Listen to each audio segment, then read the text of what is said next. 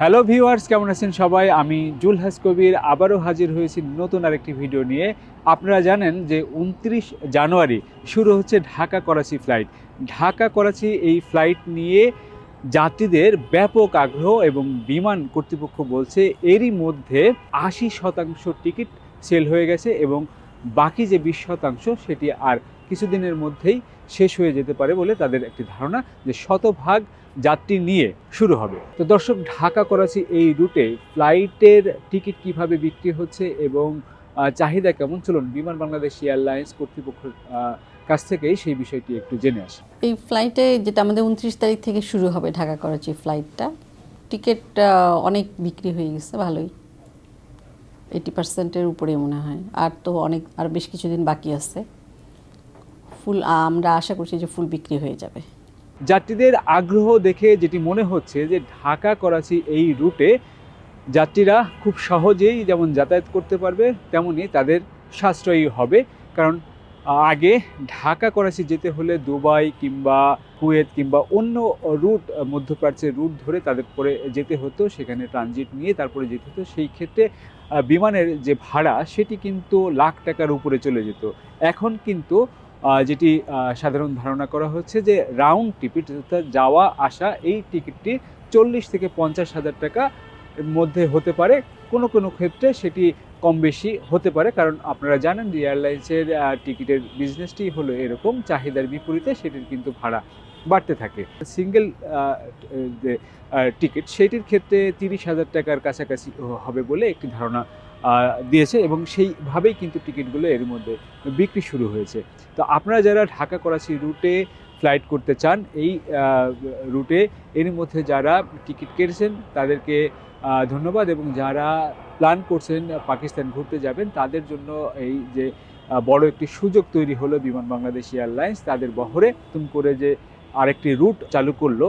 দীর্ঘদিন বন্ধ থাকার পরে এই রুটটি নিয়ে মানুষের আগ্রহ যেমন বেড়েছে, তেমনি ব্যবসায়ীরা যেমন খুবই খুশি হয়েছে, তেমনি পর্যটকরাও কিন্তু অনেক উদ্গ্রীব হয়ে বসে আছে। তারাও কিন্তু পাকিস্তানের সৌন্দর্য দেখতে যাওয়ার জন্য এই ফ্লাইটটিকে বেছে নিচ্ছে, কারণ এখানে খরচের যে হিসাব সেটি কিন্তু অনেক অংশে কমে যাচ্ছে। প্রায় যদি বলি অর্ধেকেরও কম খরচে যাচ্ছে। এবং যে বাধাটি ছিল যে বাংলাদেশ বিমান, অর্থাৎ বিমান বাংলাদেশ এয়ারলাইন্স ভারতের উপর দিয়ে এই ফ্লাইটটি নিয়ে করাচিতে যেতে পারবে কিনা, সেই বাধাটিও চলে গেছে। কারণ বাংলাদেশ এবং ভারতের মধ্যে আকাশসীমার যে চুক্তি সেটি কিন্তু নিয়ে কোনো বাধা নেই, অর্থাৎ বাংলাদেশ ভারতের আকাশসীমা ব্যবহার করেই পাকিস্তানে যেতে পারবে।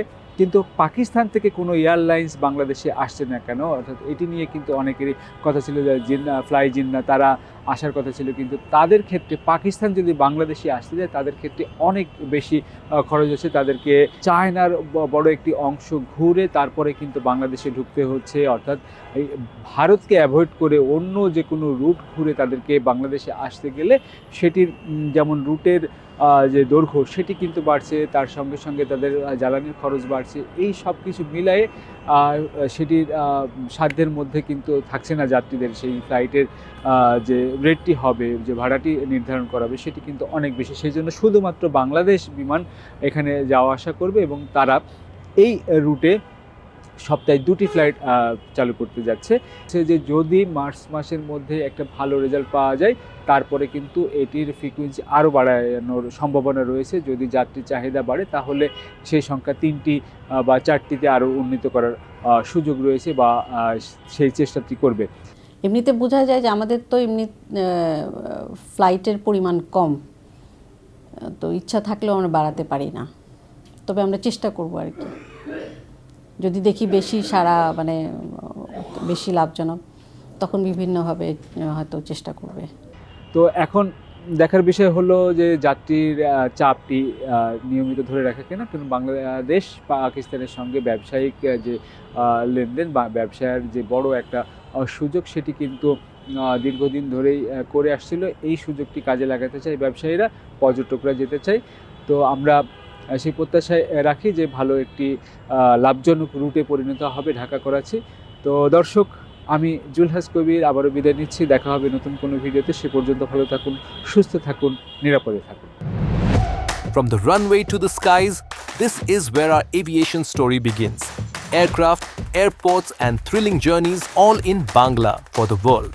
Discover the wonders of aviation, the known, the unknown, and the stories that make the skies come alive.